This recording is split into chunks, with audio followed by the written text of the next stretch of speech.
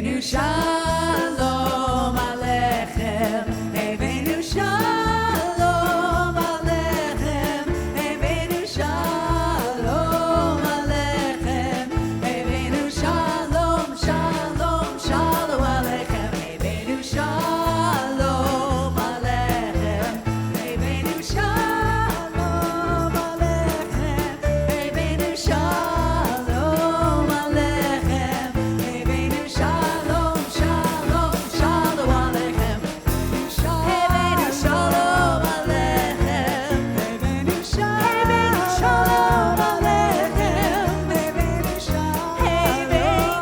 shalom aleichem, shalom, shalom, shalom aleichem, Eivenu shalom aleichem, Eivenu shalom aleichem, Eivenu shalom aleichem,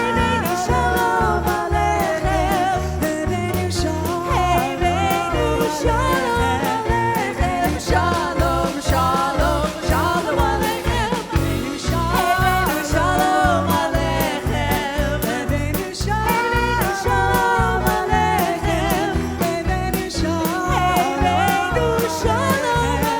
Eivenu shalom, shalom, shalom aleichem, Eivenu shalom aleichem, Eivenu shalom aleichem, Eivenu shalom aleichem, shalom, shalom, shalom aleichem.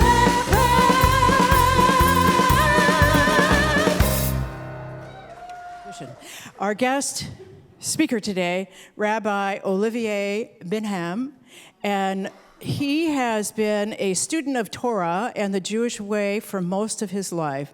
He lived in Israel for close to 10 years, where he studied in Jerusalem with many teachers, and he currently serves as the rabbi at Beth Olive Meditative Synagogue in Seattle, which I have a long history with. They were over at Unity of Bellevue when I was working over there, and I feel like I'm a part of the group.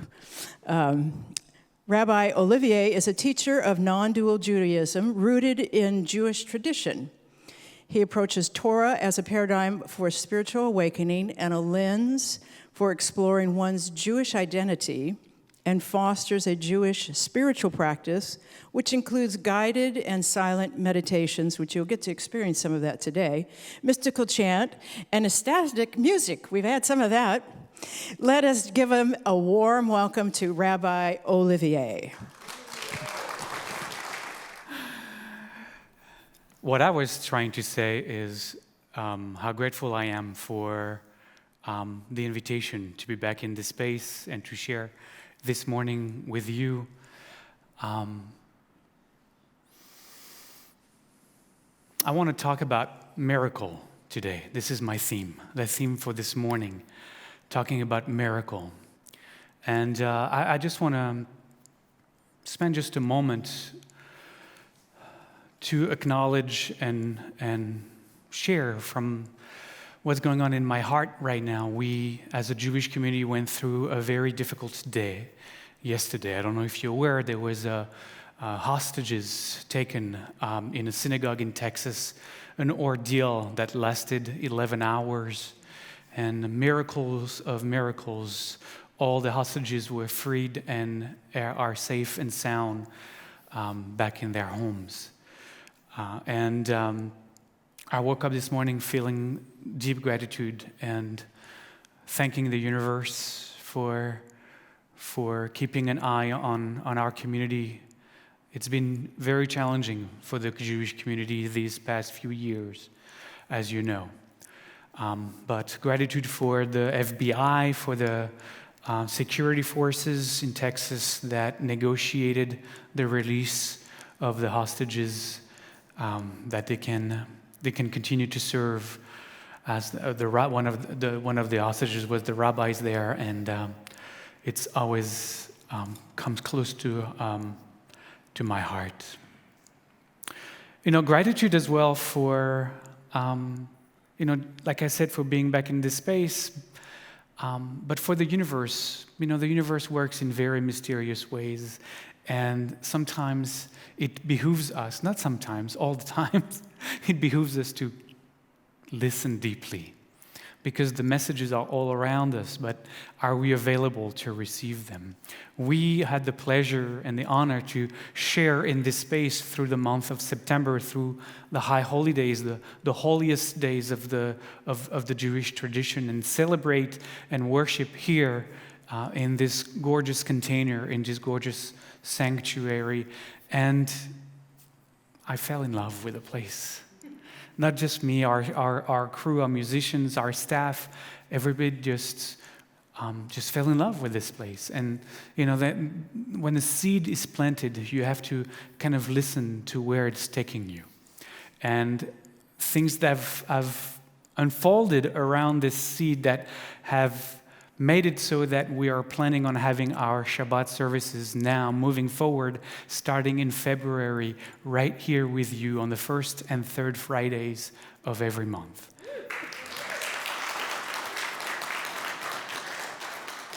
And the doors are, as they are on Sunday mornings, they are also open on Friday night.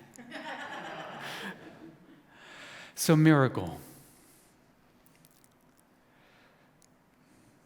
In Jewish tradition, the connection to the concept and the opening to a miracle happens around the holiday of Chanukah. Chanukah because it's often connected to Christmas because it happens oftentimes in December. But the two holidays couldn't be more different, actually. The holiday of Chanukah, which I want to share with you, is really a holiday of a celebration, a commemoration of individual freedom, of a national freedom. It's a commemoration of, in fact, our people winning a war. So very different from Christmas, as you can imagine. The war was actually a war of liberation against the forces of the Greek Empire. A small group of rebels, Jewish rebels, took arms and fought in a guerrilla tactic, kind of warfare against the evil empire of Alexander and his troops after they had occupied the Holy Land, our land, for hundreds of years. It always makes me think a little bit of Star Wars, right? The good little rebel forces that are fighting the evil empire. Maybe that's where the inspiration from the movie was. I don't know. I'm going to have to ask. But after many years of fighting a very lengthy war, the little rebel forces turned the tide and began to win the war. And they pushed the empire out from Jerusalem and beyond the borders of the land of Israel. And when that happened, they were able to step back onto the Temple Mount and rededicate the Jewish temple to Jewish worship. It has been desecrated by the pagan rituals that came with Hellenism and the Greek invasion. And so we cleared out and cleaned out the whole Temple Mount, the whole temple itself. We went down to the basement where all our artifacts had been stored to, maybe never be used again.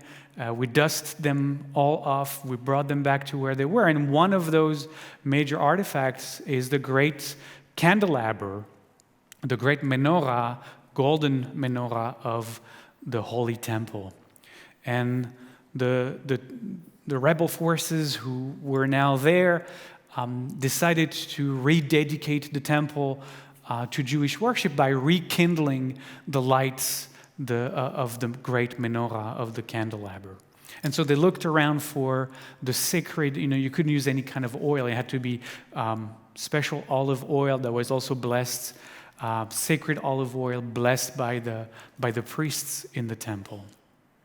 And they only found a little can. And that little can was enough oil to burn, for one night. And so they, wanted to have a longer celebration, but if that's only what was available, that's what was going to happen. And so that first night, they kindled the lights of the great menorah, and there was a great rejoicing and great celebration in the land, but the lights continued to burn. And that's where the story of the great miracle happened. It just didn't last just for one night. It lasted for 2, and then 3, and then 4, and the celebration continued, and the people were in awe and rejoiced, and 5, and 6, and eventually the miracle lasted for the 8th night of Chanukah.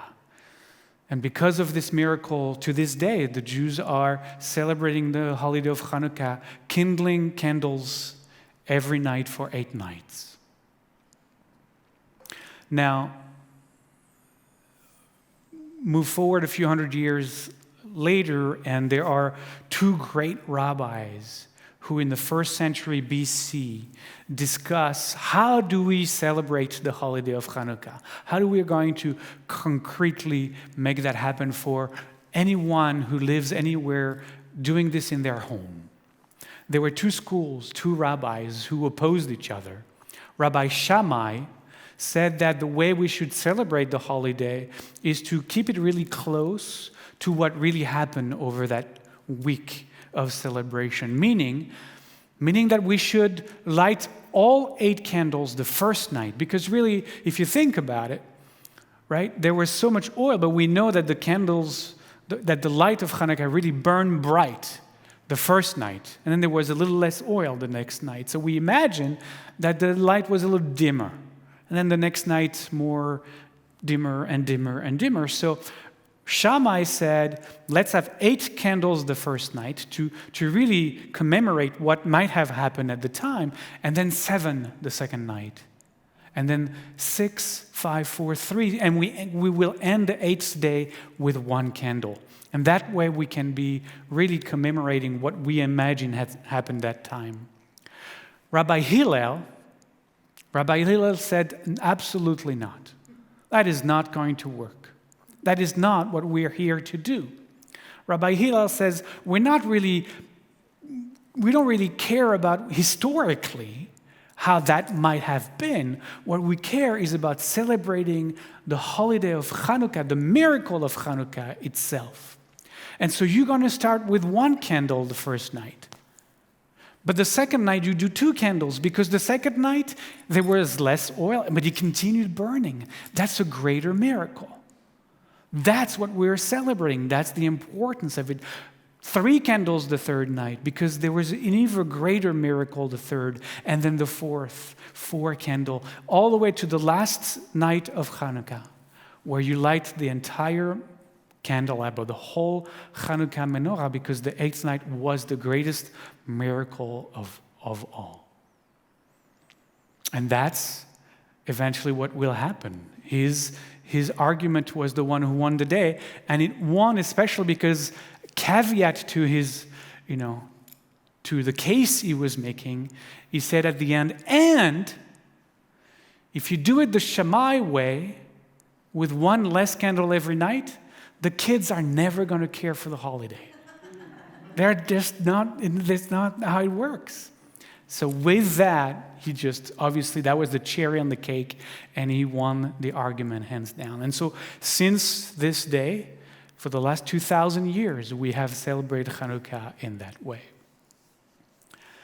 Now, I believe that our tradition works on multiple levels.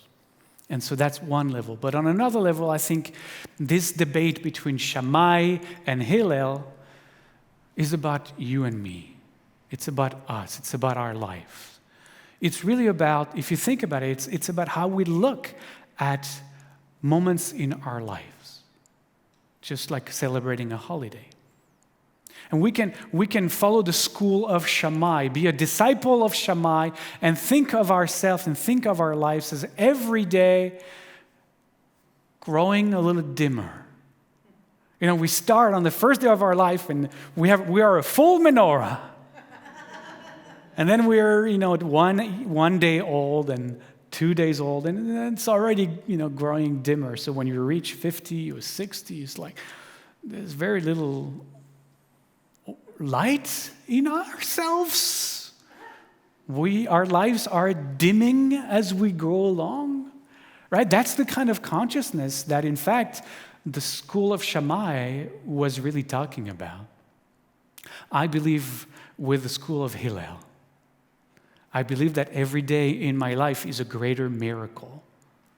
I believe that I am here. I woke up this morning. I sang the song, I am alive. Hallelujah. That's another Hebrew word, by the way.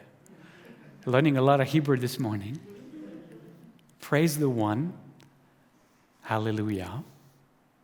And today was a greater miracle than yesterday, and tomorrow will be a greater miracle than today. And that's how I want to look at my life, is that the more my life expands in beautiful concentric circles, that I am growing and expanding, then I am a greater miracle today than I was yesterday. This life of mine is a greater miracle than it was today. What I get to share in the world is a greater miracle today than it was yesterday, and it will be greater tomorrow yet. And the question is, how do we want to orient our consciousness? How do we want to go through our days?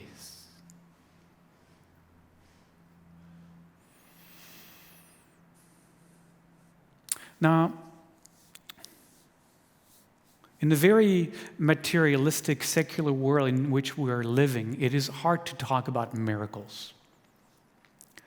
People dismiss it oftentimes out of hand because they imagine that what we are talking about is this, rending of the heavens, God's hand reaching down to earth, or whatever concept is in anyone's mind. And I don't think that's what miracles are about.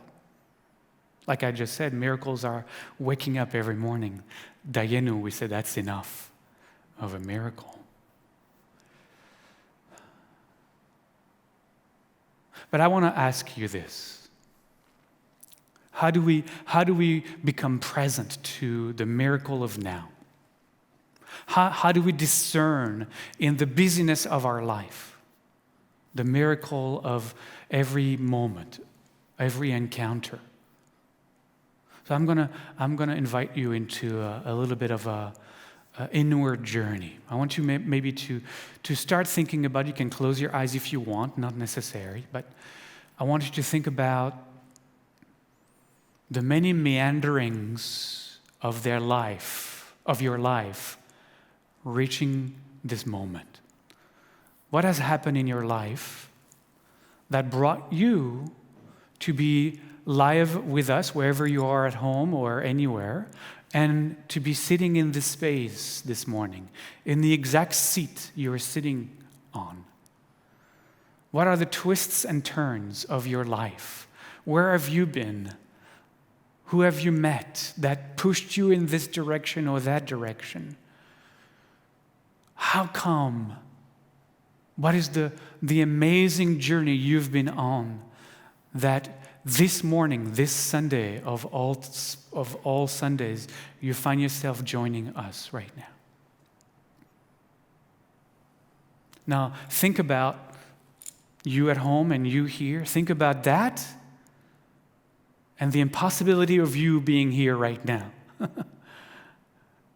What must have happened for you to be sitting here right now? Now, think about, multiply that by all the people in this space, and all the people watching us right now online.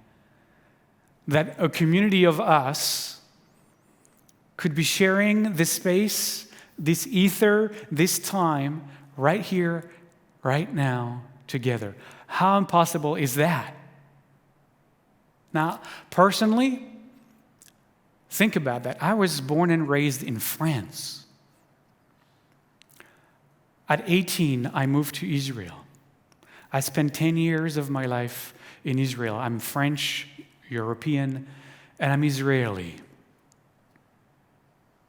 It took me meeting the woman who eventually will be my wife, who actually is also from a very little-known country called Minnesota, stuck somewhere between the US and Canada, who also decided to move to Israel and also spend 10 years of her life there, for us to bump into each other at the same place where we used to work, to fall in love. She came back to the US. I was still in the Israeli army, making my military duty. And I decided to join her. We first lived in Portland, Maine, and then we were called to move to the West Coast, to move to Seattle. And then I met this amazing person who became my mentor, a rabbi. Me meeting a rabbi? What?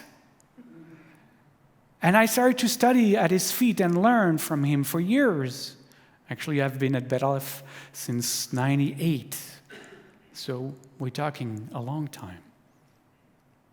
And then, for some unknown reason, I decided, I'm going to be a rabbi someday. It was in my mid-30s, and I went back to school. And then I woke up this morning, and I came here to talk to you as a rabbi here in Seattle. I was born in France some 50-plus years ago. How is that possible? This moment is impossible. And yet here it is. This moment is an absolute miracle. Can we be available to seeing that? Can we be available to open ourselves to know this moment is not, it's what? It's impossible. And when we are able to really breathe the miracle of now, in every moment, through everything we do, through every person we meet, just thinking of their journey. And we are face to face with another human being. That is, to me, the greatest of all miracles, and it doesn't require the heavens to crack open for it to happen. It requires our hearts to crack open for us to see it.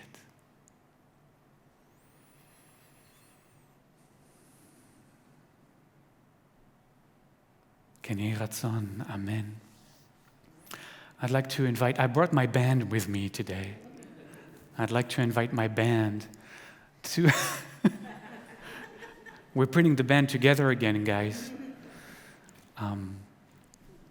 We're gonna, the song that they're about to share comes directly from the Torah, from the 5 books of Moses, from the book of the Exodus, in fact. Moses, at the burning bush, is told by God that he has to go back to Egypt to free the Israelite slaves. And Moses is really unsure of himself. He's got, self-esteem issues, but that's another talk for another time. And he's like, when I'm going to get there, the Israelites, they're gonna want proof. They want to see my credentials, in order for them to follow me. They're going to ask me, who's the name of the God who has sent you? And by the way, they never do. They never ask him. So, but Moses asks God, what should I tell them? Who should I tell them has sent me? And God says, as the song will be, Ehiyeh asher ehiyeh. Tell them, I am has sent you. That is my name. I am. The song is I am as I am. It can also be translated I am that I am. And I'm going to lead you in a very short meditation after the song based on those lines. And so those 3 Hebrew words for this song, Ehiyeh, Asher, Ehiyeh. It's really 2 words because one repeats. And then I am as I am.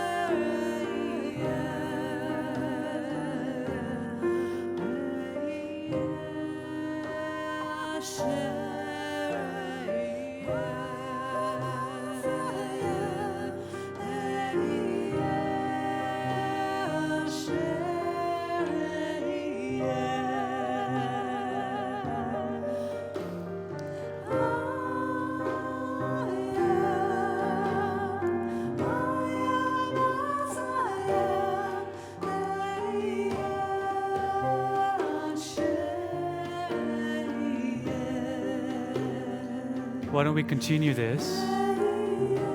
Just dimmer. Just close your eyes. And just find your breath.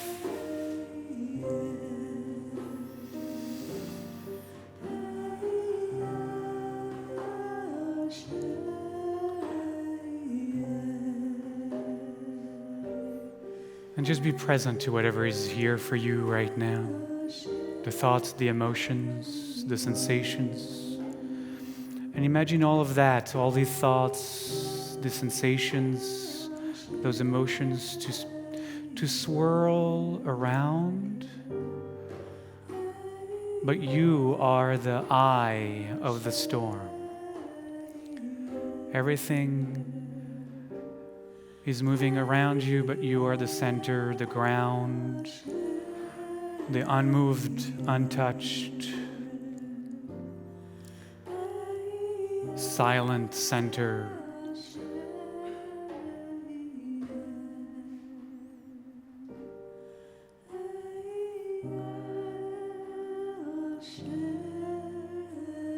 You are source. Keep going. Your source, you are ground,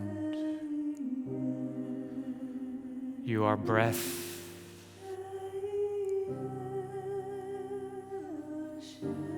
you require nothing, you ask for nothing, you lack nothing, you are absolutely perfect exactly as you are.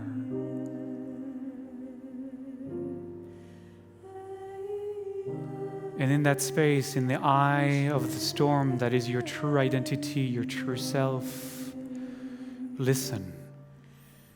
Listen deeply. Listen deeply, and you might hear the still small voice in the heart of heart, at the center of your being, whispering, I am. I am. I am the I am that has always been your I am before you identified with any other kind of little I am. I am the I am that was here the day you were born. I am the I am that has followed you every second of your life. I am the I am that has always been here, that will always be here. I am the I am that you can speak into the world in holy, sacred, compassionate, and healing ways, or that you can distort in hurtful, painful, violent ways. But I am always the I am at the center, at the center, at the center. I am. I am.